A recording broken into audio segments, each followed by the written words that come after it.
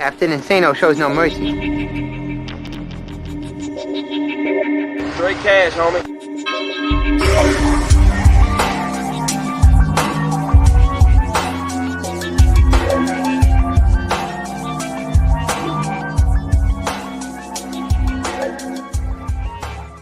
Hold on to your butts. What's up, everybody? Welcome back to the Basement Monsters podcast. I'm your host, Ivan Vargas. Luke Nettles will be joining me in a second. He's busy doing something real quick, but he'll be popping in soon. Big night tonight, Monday Night Football, Bears versus Vikings. The Bears look to right the ship, if you will, for their season because they're on a 3-game losing streak, and those 3 games have not been pretty.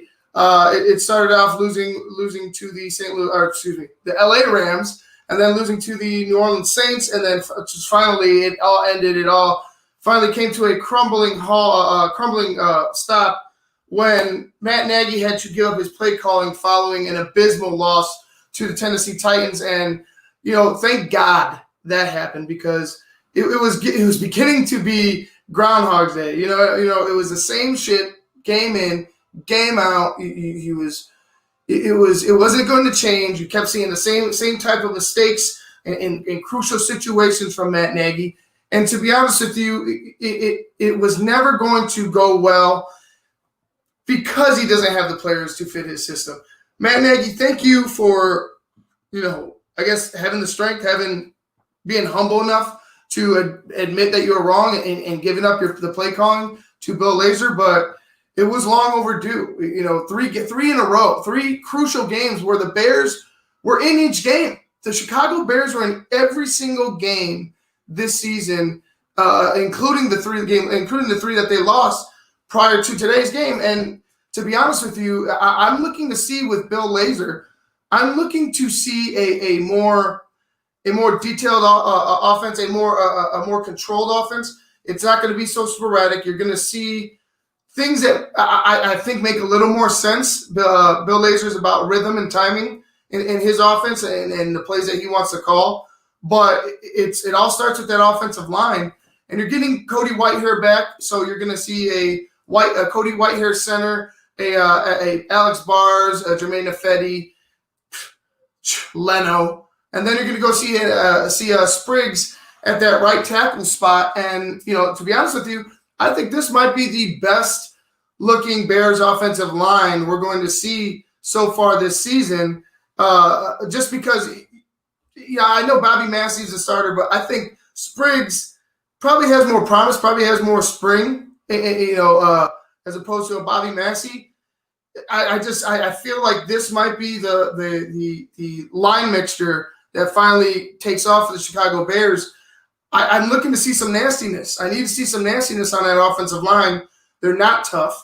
They're a bunch of softies. And, you even have a guy like Olin Kreutz saying it. It's like this offensive line doesn't have, I'm going to say it, they don't have the balls to go out there and outmuscle you. They're not tough enough on that offensive line to go ahead and just bully people. You're going to have to find that. That's a mentality. You're going to have to dig deep and find that within themselves to go ahead and will themselves to win, because right now the Bears season rests on the shoulders of that offensive line. It truly does. If they could find a way, if Juan Castillo could find a way to make that line gel, just in this last half of the season, we already know what the Bears have done. The first half is over. 5-4, that's where we're sitting. We're looking at a divisional game tonight, going into a bye week that's going to benefit us. But you have to win tonight. That is the key. You have to win tonight. And if you don't win tonight and you go on a 4-game losing streak, we might as well be talking about a Chicago Bears funeral, because there is no playoffs if you can't beat the Minnesota Vikings this week. There is no playoffs. I don't care if you go into a bye week. You're going to go into a bye week not only to get beat by the Green Bay Packers if you don't beat this team here tonight in the Minnesota Vikings. That's just it. This game is more crucial to the season than last week's game, and I thought last week's game was of major importance. We're going to go ahead and take a break real quick. After the break, I'm going to go ahead and break a few more things down. Hopefully Luke will join me. We're going to go ahead and then take a quick break.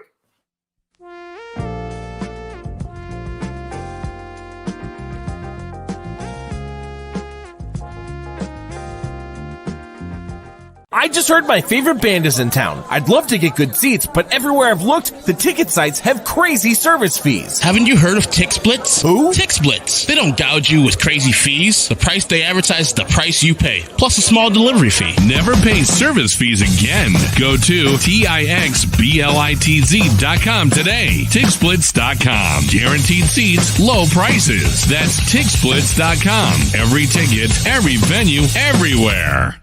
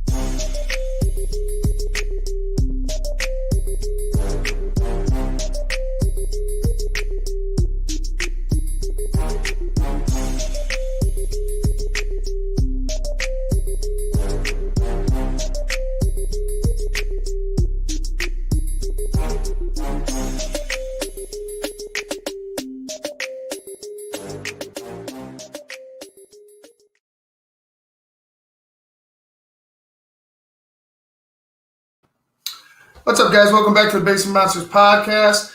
All right, we're going to go ahead and get into my keys to the game. And I said it the same earlier on the Barely pregame show. My number one key is to protect the football. The Bears got to protect the football at all costs. We've seen some ridiculous interceptions being thrown by Nick Foles. I understand that the pressure is there, and you don't really have a hell of a lot of protection. You don't have any protection. You haven't had any protection all season long. So I can understand that, but you have the control to not make a dumbass pass. So I need Nick Foles to not make a dumbass pass. I need the receivers to hold on to the ball. We saw a lot of guys trying to make a play late in the game against Tennessee, and and I understand you're trying to make a play for your team, but ball security, you have to remember to hold on to the football because, look what happened last week. A fumble recovery for a touchdown was pretty much that was the difference. That was the difference in the game. One touchdown was the difference in the game, and you can't have that, especially if you are not firing on all – hell, you're not firing on half cylinders when it comes to this offense. So you need to be meticulous in what you do. You need to be exact. It can't be sloppy on the line. You can't have these mental lapses to where you're giving up big sacks, you're giving up rushes, you're giving up tackles for loss, because those seem to happen at the most crucial times. And I don't know whether it was scheming. Part of me feels like it was scheme, but I can't really call it. But you have to have your guys on the same page. You have to have the discipline to go ahead and execute on 3rd and 1, on 3rd and 3, on 4th and 1. You have to have guys, be able to not get penalized. This team is the most penalized team, or one of the most penalized teams in the National Football League, and that can't be. You're already in a handicap because of your offense, because of how it's being run, because of the play calling, because of the talent that you have on your team. Now, how are you going to go? How will you go ahead and attack it this week? It just looks to me like it finally, like I said, it finally hit that it finally hit that breaking point last week. It was embarrassing. We had I had Sean Sierra, Superback Sean. He was saying he was embarrassed to be a Bears fan last week. As was I.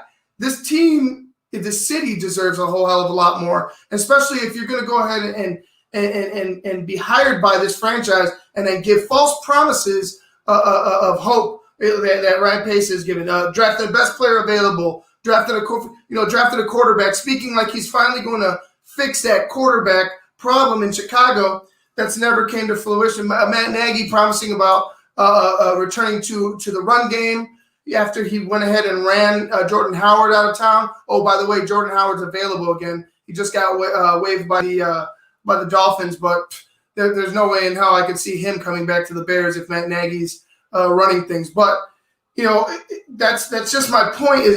We've been left with these empty promises, and we have a defense that's going to wither and die because the lack of I don't understand. Maybe the football knowledge, maybe just common sense at times when it comes to this Bears front office.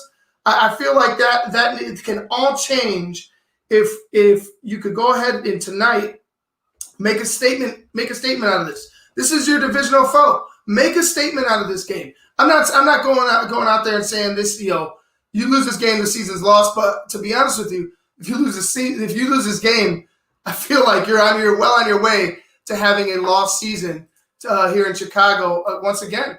And for me, it's got to be perfect. You have to be perfect, damn near, to run the gauntlet all the way through when it comes to this division. Green Bay ain't going away, man. Green Bay ain't going away. All right, we're gonna go ahead and bring in my boy Luke Nettles. He's back. He was on the phone, handling some business, but thank God he's here. What's up, brother? What's up, man? You see, I got the purple lights on tonight.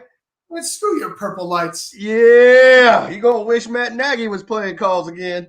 Purple people eating punks. But what's up, dude? I was just talking about how the Bears tonight, they had to find a way to protect the football because we've seen too many times that they're just giving up stupid penalties or stupid turnovers. Nick Foles, or the fumble last week that Desmond King picked up and ran to the house. For me, having a Bill Lazor, you're going to see that rhythm, which goes to my number 2 key. Let's get the ball out quickly. You're going to see some rhythm. You're going to see some balance. We don't have David Montgomery, but right. You're going to have to make do with that trio by committee. But I'm glad you came in because this one point, my last key to the game, I want you to elaborate on because we're going to go ahead and jump off here in a couple minutes. But my last point, the defense, right? Uh-huh. And I'm not going to go harp on the defense, right? Right. They're eighth overall in the league. They've been doing the job all season long. You know what I mean? They're probably exhausted. Mm-hmm. But let's go back to this 3-game losing streak, right? Yeah. You have the Rams game where Tashawn Gibson goes out one hand, doesn't secure the ball, doesn't go up for the pick whatsoever, and which would have been a likely pick 6. Mm-hmm. Yeah. Game. Changes the whole vibe of the game. Then you could go ahead to New Orleans, right? Yeah, they were in that one. They could have been there. Roquan Smith had a chance for a pick 6. If he intercepts that ball he read it perfectly. He had 2 hands out, ready to go. He just couldn't get corral it in. If he makes that, that's a walk-off win for the Bears. Yeah. The defense has to make some plays here tonight, whether it be a turnover or multiple, preferably multiple. But they have to make a big play here because although we're happy that Matt Nagy is gone from play calling, we don't know what you're happy now. Yeah, we don't know what Lazor's going to bring. Right. And like I said, we just need them to step up. I know it's horrible to keep saying, "Hey, step up, defense." But one more time, you have to go to that. You have to go to that bell count. Mm-hmm. Yeah, it's going to be interesting. And I mean, we all know growing pains exist in the NFL. Anytime a new coach comes in, I mean, yeah, Lazor's been there. We don't know how much of the play calling he's actually done or had input on. If him and Matt Nagy are combining to call a game before the game, or is it just Matt Nagy saying just handle the personalities and let me call the plays? So we don't know the extent of it. But as with anything changing in the NFL coaching wise, we know there are some growing pains. Now you don't have David Montgomery, so you got Nall and what's the other guy's name? You're muted. Yeah, you have Cordero Patterson and Lamar Miller. Lamar Miller's active now. Yeah, Lamar Miller. That's who I was thinking of. But yeah, you've got those guys. Now the thing, I think you're right on track with what you're saying about the defense because, and I'll tell you why, because over the last so many games, Kirk Cousins has not thrown the ball a lot. But when he has thrown it, he's had a great percentage of completing those passes. So that's going to be the key. I mean, which is the key to every football game: ruffle the quarterback's feathers, and he's going to throw up some lame ducks, and you're going to get the turnover. Yeah, Mike had a great stat. And I almost guessed it right on the money. He asked, "What is the total yards per per play that Dalvin Cook has had against the Chicago Bears?" And the answer is 2.9. 2.9, wow. 2.7, but 2.9. We're talking about a game breaker. Right. To control him at 2.9, that's something to be said. Yeah, no, I 100% agree. I don't know that happens tonight just because Dalvin Cook's just on fire. It's like they have a 3-game with him over so many. I forget how many yards it was, but it would have been 4 had he not got hurt. But like that guy's just having a year that's just it's impressive to say the least. I mean, the guy, he's got to be starting to be talked about in MVP talks along with some of these other quarterbacks and things that are going on. But he's tough. I mean, he's tough. But like I said, the best thing they could do tonight is just let Chuck Pagano's got to cut him loose and cut him loose. Cut him loose and stifle. Because I mean, if you're able to keep Dalvin Cook to 2.9 and you can stifle Cousins, I mean that's gonna win you the game. Period. I mean that's an easy answer to come up with. You force him to be one-dimensional. I don't give a shit. You have the best secondary in the league. You know what I'm saying? You force him to be one-dimensional. Yeah. Shut down Dalvin. Let Kirk Cousins try to beat you. Yeah, like I said, it's just that I keep going back to it because I when I heard it, I was like, that makes total sense. Is when the Giants played Tampa. They just said, don't worry about beating Tom. Don't beat Tom Brady. Beat everybody else. That's right. That's what you got to do here. Cover everybody and make Kirk Cousins throw those uncomfortable throws, or maybe you have to put it in a tight window or something like that. But it's going to have to be hands up on the line and cut them loose, Chuck. Just let them run. Let them run. All right, guys, we're going to go ahead and wrap things up here for the pregame. Based Monsters pregame, I feel like the Bears are going to escape. I said earlier in the Barely pregame show, I said 27-20. What do you got? Where are they? Minnesota or Chicago? Chicago. Oh, okay. I'll go. Man, I don't know. I don't know. I just because I don't know what kind of offense Lazer's going to run. I'm going to make it a low-scoring, close game. I'm going to say 17-16 Bears. I can see that. I had them losing. Like just to let you know, I had the Bears getting blown out before I found out that Matt Nagy gave up the play calling. I had it 35. Like I had it like 30 something to 10 because I felt like eventually Dalvin Cook's going to break one. The offense isn't going to be able to recover. You know what I'm saying? And that'll be all she wrote. But now like we said with Bill Lazor, I'm happy for the unknown. I'm like, we've known what Matt Nagy is and who he isn't. I'm happy to find out who the hell Bill Lazor is at this point. Because right now, what offense do we have? Right. And the one last stat before we get off here, not Kirk Cousins, Nick Foles. We all know the woes of the Chicago Bears offensive line. They've given up 12 sacks in the last 3 games. And if that keeps continuing, especially now with maybe a softer runner in Lamar Miller, if you will, than David Montgomery because he runs a little angry. If they start getting to him and those guys in the backfield and then are able to get that pressure on Foles, it could be a long night. I hear you. You're absolutely right. You're absolutely right. They did trade away some of their DNs. They did. They have traded away some of their guys, but any given Sunday or Thursday or Monday, dude. Yeah, and I still like Barr and Kendricks in the linebacker spots there. Right. I still like them. that defense is obviously lacking. They're not the Vikings of 2 years ago or anything like that by a long shot. So I mean, there is opportunity there for the Bears. It's just the one thing I don't want to see is no matter how bad it goes today, I don't want to see people coming for Lazer's neck already. No. This is one game, and like I was talking about, there's going to be growing pains. But Right. at least as long as we can see the idea of what he's trying to do, I think that'll suffice. That's fucking perfect, dude. As long as he has as long as you can see a plan out there in the offense, I'll be happy. Because Exactly. for the past 2 years, all we've seen with Matt Nagy, like I said, if Bill Lazor comes out here and he gives me consistency and they still lose, so be it. Mm-hmm. So be it. You weren't the better team. But if it comes out to where it looks like anything like Matt Nagy's offense, you best believe I'm going to be down, up his ass, because that'll mean that Matt Nagy is still all fingers involved in the play calling. I need to see that Bill Lazor offense, like people have been talking about him, rhythm and timing. Yep. And another thing, is Matt Nagy going to make that transition and be Bill Lazor when Matt Nagy's calling the plays? Is Bill Lazor's dealing with all the personalities and huddling the guys up and whatnot? Is Matt Nagy capable of doing that? Since now he's released it, he needs to be with those players as much as possible, coaching them up because now he's not going to be able to have his face in that playbook, that play calling sheet. I mean, I'm sure he'll still have it, but he needs to because it just doesn't look like there's a lot of interaction on the sideline with him in between him and the players. I said this earlier on Sean and Maya in the morning. I said this. I hope that this means that Matt Nagy, the head coach, is going to excel, whereas Matt Nagy, the play caller, was abysmal.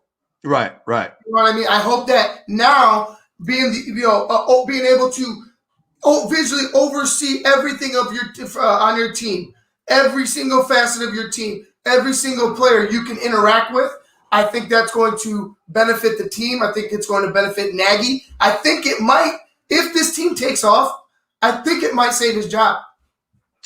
Yeah, and that's scary. I think that ship sailed. I don't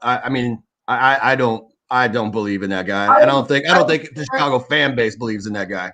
I understand that, Luke, but think about where we're at. Think about who this team is. You and I know this team. We know this team that they pull. Right. I guarantee you, if they don't make the playoffs, Matt Nagy will still be back. Oh man, I'm so glad I'm not a fan of the Bears. All right, guys. I mean, I hate to say it, but that's all right, guys. We're gonna go ahead and take off. This has been the Basement Monsters podcast on SportsZone Chicago. Bears at Vikings. Remember, we're gonna go ahead and get to you guys at the half of this game, and hopefully, I'm in a good mood this week when it comes. I think today, and you're going to hear it first, and I talk about them all the time. It's going to be the Miller and Mooney show. Yep. Eminem, baby. Right. All right, y'all. Halftime. Peace.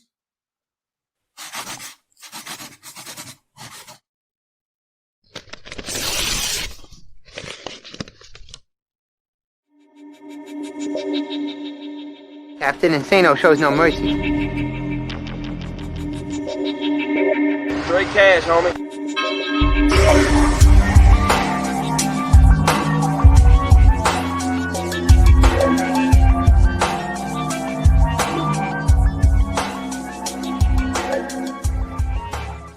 Hold on to your butts.